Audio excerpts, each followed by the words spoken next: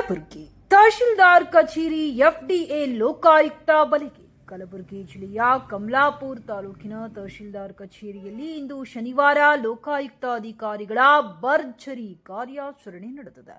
Siddaraju police ಅಧೀಕ್ಷಕರು, Karnataka Lokayukta ಕಲಬುರಗಿಯವರ ಮಾರ್ಗದರ್ಶನದಲ್ಲಿ ನಡೆದ ದಾಳಿಯಲ್ಲಿ ಕಮಲಾಪುರ ತಹಶೀಲ್ದಾರ್ ಕಚೇರಿ ಎಫ್ಡಿಎ ಶಶಿಕಾಂತ್ ಜಂಜೀರ್ ಅವರು ಲಂಚ ಪಡೆಯುವಾಗ ಲೋಕಾಯುಕ್ತ ಬಲೆಗೆ ಬಿದ್ದಿದ್ದಾರೆ. ತಹಶೀಲ್ದಾರ್ ನಡೆಸಿದ ಸಿವಿಲ್ ವ್ಯಾಜ್ಯದ ಆದೇಶ ಪತ್ರದ ಪ್ರತಿಯನ್ನ ನೀಡಲು ದೂರುದಾರರಾದ ಕಿಶನ್ ರಾಥೋಡ್ ಎಂಬುವವರಿಂದ 10,000 ಲಂಚ ಪಡೆಯುವಾಗ ಲೋಕಾಯುಕ್ತ ಅಧಿಕಾರಿ ಇನ್ಸ್ಪೆಕ್ಟರ್ ಅರುಣ್ ಕುಮಾರ್ ಮುರುಗುಂಡಿ ನೇತೃತ್ವದಲ್ಲಿ ಕಾರ್ಯಾಚರಣೆ ನಡೆಸಲಾಗಿದೆ. ಪ್ರಕರಣದ ತನಿಖೆ ಮುಂದುವರೆದಿದ್ದು ಆರೋಪಿಯನ್ನ ನ್ಯಾಯಾಲಯಕ್ಕೆ ಹಾಜರುಪಡಿಸಲಾಗಿದೆ. ಭ್ರಷ್ಟಾಚಾರದ ವಿರುದ್ಧ ಲೋಕಾಯುಕ್ತ ಕಠಿಣ ಕ್ರಮಕ್ಕೆ ಸಾರ್ವಜನಿಕರ ಮೆಚ್ಚುಗೆ ವ್ಯಕ್ತವಾಗಿದೆ.